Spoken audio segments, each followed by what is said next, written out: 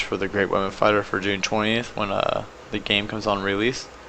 A lot of people actually messaged me today about how the future of Great Women Fighters will be, as in, are we going to be needed for raids? Are we going to be a huge... Is this going to be a huge buff for us in the future? Like, are we going to be the best DPS now? Are we going to out DPS rogues now?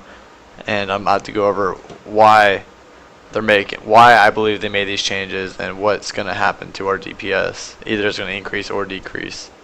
So I'm just going to get into it right now. Avalanche of Steel no longer removes dots and CC effects applied before leaping off screen. What happened was in PvP, this is mostly for just PvP, and sometimes in PvE if you're using it correctly. Avalanche Steel, when you have too many dots and you're about to die, you can just jump. And when you jump, you got rid of all dots and CCs off of you, and you're alive for another 5 seconds while you're in the air. Then when you came down, you knocked everyone down, which then gave you another 4 seconds, about 4 seconds to live. So that gave you enough time to run away and mount. So they kind of needed to fix that due to the fact that it was really OP. Battle Fury, the cooldown of this power has been reduced.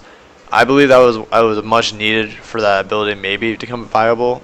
A lot of the things that happen on this patch for Great Women Fighters is a lot of the cooldowns have been decreased, but they don't tell us exactly how long the cooldown has been decreased, because Battle Fury is about an 18-second cooldown every time you use it. So if it's a 17-second cooldown, it really hasn't changed. But if they turn it into a 10-second cooldown, then Battle Fury could be used in PvE depending on what else is on the table with everything else. But the reason why Battle Fury is not good right now is due to the fact that you'll use Battle Fury and it takes 1 second to cast, and it's up for 5 seconds. So during that 5 seconds, you're taking 1 of the seconds away to cast it because of the animation. Then the other 4 seconds, you only have 4 seconds of DPS with increased damage, and then the other 13 seconds is down. So really, you're going to use Battle Fury maybe 20% of the fights. So it's not worth it because you're losing so much DPS out of it. Then you got Come and Get It. The cooldown of this power has been decreased. Come and Get It, it's probably one of the most useless spells we have. I mean, sure, it pulls monsters together, but the pull is not that strong. If it would pull monsters from the max range all the way to you, no matter how far they are, if they're at least in range, then I can see this being viable. But it only pulls them about 5 to 10 meters max, depending on how far away they are. So it's not that good. Crescendo, the estimated damage of this power is now more accurate. Crescendo has the weirdest tooltip. Let me just show you it. It's pretty ridiculous. It's 54,000 to 64,000 damage. There's 1,000 damage in between, so it doesn't really have a strong sense of how much damage it does. It can do little damage, well, not really little, 54,000, but it can go from 54 to 64, which is 1,000 difference. It's not accurate as much as they need it to be, so that's pretty cool for a tooltip. Daring Shout, this power no longer sometimes grants more defense than expected. I actually didn't know this, but I kind of felt it though. It was just more of a bug issue that they had with it, because when you use Daring Shout, you'd mark all the targets and you gain more armor. More defense depending on how many units are around you. More units, more defense.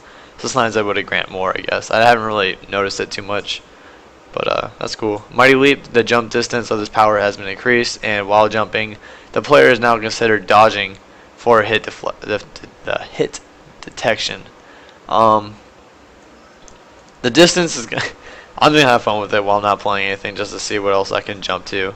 But I can see Mighty Leap now being our dodge, and I might change Mighty Leap from not so fast. I'm not exactly sure, just because it can dodge now while you're midair. So that's pretty cool, because sprinting doesn't help that much, and plus now you're more mobile. So I might switch Mighty Leap with my not so fast, just depending on the fight, maybe if I need to keep moving around. That's pretty good. I like that upgrade a lot. Not so fast, the cooldown of this power has been decreased, and the damage dealt by this power has been increased, particularly so when it hits a single target. The way they worded that, I'm taking it the damage is going to stay the same, and it's only going to increase, it's going to do more damage if one target's hit. I believe that's how they're trying to word it. I could be wrong. If they're increasing the AoE damage, then I'll probably definitely keep not so fast for the AoE. And then the cooldown reduction, so far all the cooldowns in this game are about 12 to 15 seconds. So it all depends. Not so fast is right now at 13.6. So if they reduce it by 3 seconds, that's really awesome. If they only reduce it by like a second, it's not a big deal. That's why I'm kind of worried about the cooldown reduction they're putting on these things. So we'll see. Restoring strike, the cooldown of this has been reduced also. It's about 12.6 second cooldown, and it's more for leveling. I don't really use restoring strike at all. It's just one of those leveling things. You'd probably use restoring strike for tanking due to the fact that on the sentinel tree, the last point, whenever you use restoring strike, you get 50% of the damage healed onto you as a dot for 3 seconds. So that would make you more tanky for when you want to tank as a Great One Fighter. Because if you go down, as we go down, you'll see that they increase the threat generation of more abilities and feats. Roar, the cooldown of this power has been decreased. That right there is one of the main things that makes the Great One Fighter buffed. Is because Roar, when you look at like Roar, as we look, like, let me get rid of this real fast. When you get rid of Roar, like I have 0 right now. I'm only gonna hit 3 targets. It hits all 3, and I've gained. Does it say exactly how much I have? 19%. 3 targets gave me almost 20% with Roar, and I'm not even doing the recovery spec. So 3 targets. If you get 10, that gives you that's giving me 20% for 3. So I'm gonna get 60% almost from just using Roar alone. And Roar's on I believe 12.6 second cooldown. So reduce that to like 9 to 10 seconds. So in 10 seconds, I'm going to have a daily up. So all I'm going to do is then I'm going to use Roar. Like if I have 0 action ability power, I'm going to use Roar with my other AoEs, right? That'll definitely hit me enough to about 70%. Let's just put 70% for now. And then in 10 seconds, I'm going to have Roar up again. Then I'm going to use Roar. In 10 seconds, I'm going to use then my daily. So from 0 to 10, I'm going to have my daily up. I'm going to use my daily. Now I'm going to go back to 0. Then I'm going to use my other 2 abilities and then Roar again in 10 seconds. And while my daily is going, I should have my Unstoppable Force, which also gives me ability power. And I might be able to build it up, depending on how many mobs are up still, to get it back to full. I've actually done it recently, I think 2 runs ago, before I made this guide. I actually did a Roar, and it filled me up from 0 to almost 90% because there was so many mobs to be pulled. Roar is by far one of my favorite abilities to build up action points. Savage Advance, players can no longer rarely knock enemies back without spending action points. I actually seen this before. I was messing around with it, trying to like mess with PvP to see if it was actually like a way you can use it. And there's sometimes you can use it, but I've noticed when I used it, I would do half the animation and get CC'd, and it wouldn't, because the animation wouldn't finish, I would keep my action points. So actually, I got a free knockback of a player, but nothing happened to my action points. So it was kind of a glitchy bug that they kind of fixed right there. That's actually kind of cool. Spinning Strike, while this power is active, the user is now immune to control powers, and while this power is active, attacks are now guaranteed to be deflected. So I'm taking it as you're doing spinning strike, attacks are guaranteed to be deflected. Like you can't get attacked anymore, I guess, while you're doing spinning strike. They're just trying to make it more viable for, I guess, for PvP maybe, because everyone just uses Crescendo. I don't see spinning strike getting taken out. Like, I wouldn't use spinning strike ever. I mean, maybe for the 20 versus 20 Gauntlet Grim, just so you can do AoE damage. But if you're going to do that, you're definitely just going to want to come up here and just take Avalanche Steel so you can do an AoE CC. But that's cool. At least they're improving spinning strike. Steadfast Determination. That's just every time you're in combat, what it is when you're in combat, you build. I'm sorry. Whenever you're in combat, you build determination. So while you're not taking damage or doing damage, you're just like running around. Just certain fights, that's what you gotta do. You're still gonna build determination for your tab for Unstoppable Force. So it's really good. Depending on the fight. I guess rank 2 and 3 weren't really working properly. When it comes out live, I'm gonna see how fast it increases it, since 2 and 3 were not working. But that's one of those things you're just gonna have to test to see if it's good. Sure Strike, the damage from this power has been increased. Thank God. We can do a bit better single target damage. Even if it's a 5% increase, it's still a huge increase damage. We had no, like, Sure Strike would, like, I'd be like, oh cool, I crit 5k, I'm cool now. Like, now I'm hoping like I can get the 10k crits. I'll be really happy about that. It was more, I like it just because I would have to sometimes if there was two mobs, I would never Sure Strike. I would just definitely AoE it. But now Sure Strike does a lot more damage. I might use Sure Strike depending on how much they increased it. I like the buff. It's really nice that they increase their single target damage. Takedown, the cooldown of this has been decreased, and the range of this power has been increased, and the user of this power now shifts forward slightly when attacking. All that right there just made takedown amazing for PvP once more. Like, it's already amazing, it has a knockdown. Now you can use it more. If you miss, the cooldown is not 4 seconds anymore. It's probably gonna be 2 to 3. And then the range of it's increased because like sometimes you'll miss them right next to you because they're not close enough. And then the third part is you'll shift forward because sometimes we want to shift forward but it doesn't shift. So that's kind of like they made takedown perfect. I like it. Maybe not the cooldown because it doesn't really need a cooldown if you ask me, because if you miss it automatically refreshes the cooldown by 4 seconds. But that's just my opinion. Unstoppable.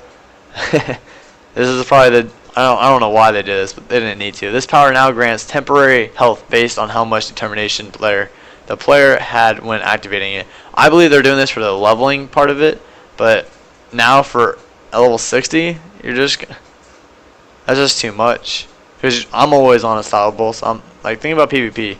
You're always an unstoppable force. You get hit, you get CC'd. Like if a guardian fighter hits you and knocks you down, that's like automatically you're able to go unstoppable. You can go from 0 to 50 no problem. The power no longer removes certain movement buffs. Unstoppable used to be OP, where once when you hit unstoppable, all buffs were off you. Any CC, any slows, everything were off of you. So I guess they're trying to make it so you can't just run away from fights. I guess I believe rogue slows will not be able to be unstoppable off of. Yeah, I guess we can go with that. Trademark. It's a pretty good move. I love tab. I love our tab. Tab is like probably the best tab in the game right now. It's better than stealth, better than everything. Wicked Strike. The damage from this power has been increased. Wicked Strike was a really good leveling ability, but wasn't good at level 60 due to the fact that Weapon Master Strike had better damage. It might not show in the tooltip, but you also are not accounting for the attack that it does extra. So as I'm getting 1 attack off from Wicked Strike, I'm getting 2 from Weapon Master Strike. So it's actually doubled. With this, I believe what you're going to want to do then, since Wicked Strike is being increased, if it's a good increase, you might want to be taking Sure Strike off and putting Wicked Strike for AoE. So what you're going to have to do is you're going to do 1 Weapon Master Strike to get the debuff, so you can put in your at-wills and do more damage to that debuffed monster, and then you're going to use Wicked Strike. I believe that's going to be the new rotation for AoE. I wouldn't mind that. It's worth it, but we'll see from there. Feat, Deep Gash, the damage now from this feat is considered a dot. I'm not exactly sure why they want to consider it a dot. There's probably a good explanation. There's probably there's something you can debuff, a cleanse maybe from a cleric to get rid of it. Usually people keep Deep Gash on mobs and PvP, so I'm not exactly sure what they're trying to go for that.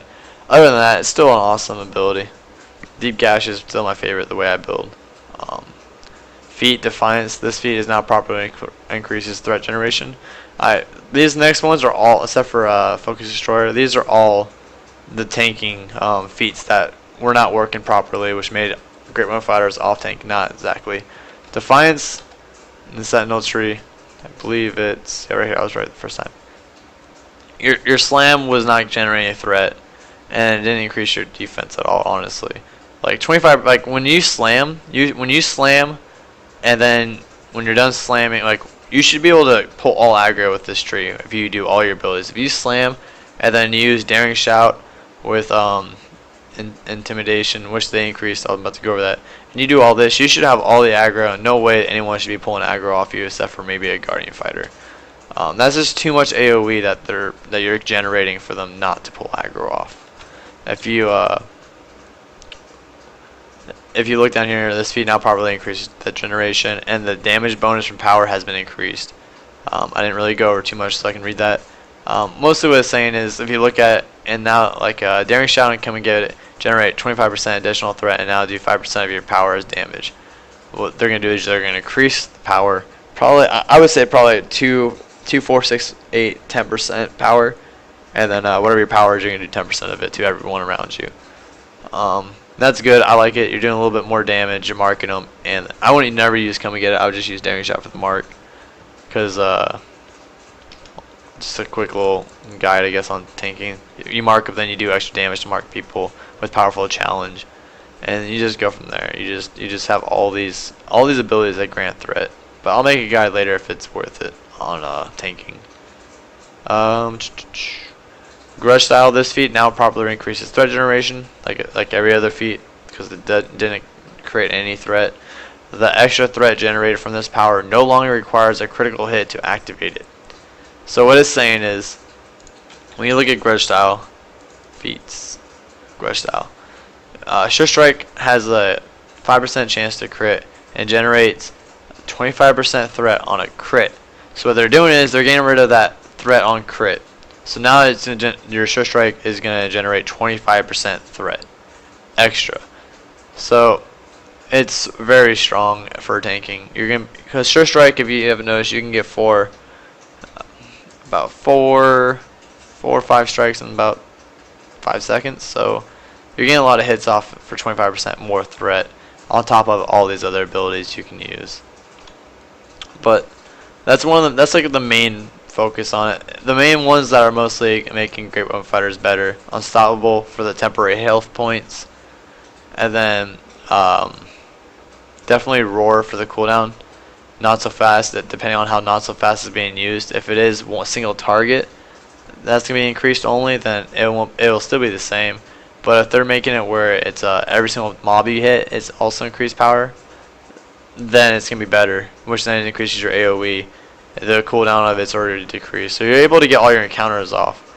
And you gotta think about it. If they're decreasing the cooldown so much to the point where you can cycle all your abilities to keep up your avatar set, to keep up all that power and recovery on it, then you can add in all that factoring. So you look at, if you think about it, if you look at the avatar set, oops, I'm getting, from using my encounters, I'm getting 3 stacks, which is easy with 3 AoE abilities. I'm getting 1350 recovery power for 4 seconds. But if I rotate it, because they're all under 12 seconds, I can keep my force set up the whole time. So you gotta remember what you're looking at. That's why, in my opinion, you don't need recovery past about 1200-ish to 1700 would be the max recovery you're gonna want, due to the fact that you're gonna activate your set bonus, which is gonna activate it to 3000, which then is gonna hit your soft cap. When you hit your soft cap, you don't need to go higher. So why would you need 3000 at one point just to go higher? So you hit your soft cap. When you hit your soft cap, then you have all the abilities you just used are now lower. So now you have, like, say for instance, I have 12 seconds right now on my 12.6 on my Roar, and that's before the the buff on the cooldown is gonna be reduced. Plus, I don't have the recovery as high as people have it normally, so it's gonna be about 9 seconds. So I'm gonna be able to Roar, do 2 more abilities in the Roar again. I'm gonna have my daily up, and then my daily is gonna increase my power by 25%. And I have a lot of power right now. I have 7200, as you can see right now. So when I have 1350 power on top of 25% power, I'm over 10k power, and I can keep that up almost the whole fight, because Roar generates a lot more threat. I mean, not threat, I apologize, action power, and then it's gonna be up a lot. So I'm used to 12 seconds. I think it's probably gonna go down to 8 seconds almost from the automatic. If they go 2 seconds right off Roar, it brings it down to 10.6. And then soft cap's gonna give me another 2 seconds. So that's gonna be 8 seconds Roar. So all I need to do is, it's gonna be Roar, then into a not so fast, into a Roar, into a daring shout, into a Roar, into a not so fast, into a Roar. You see where I'm going with this? From my daily powers, my action powers are gonna be increasing a lot. So I'm gonna be keeping Slam up. Slam's up for about 10 to 15 seconds.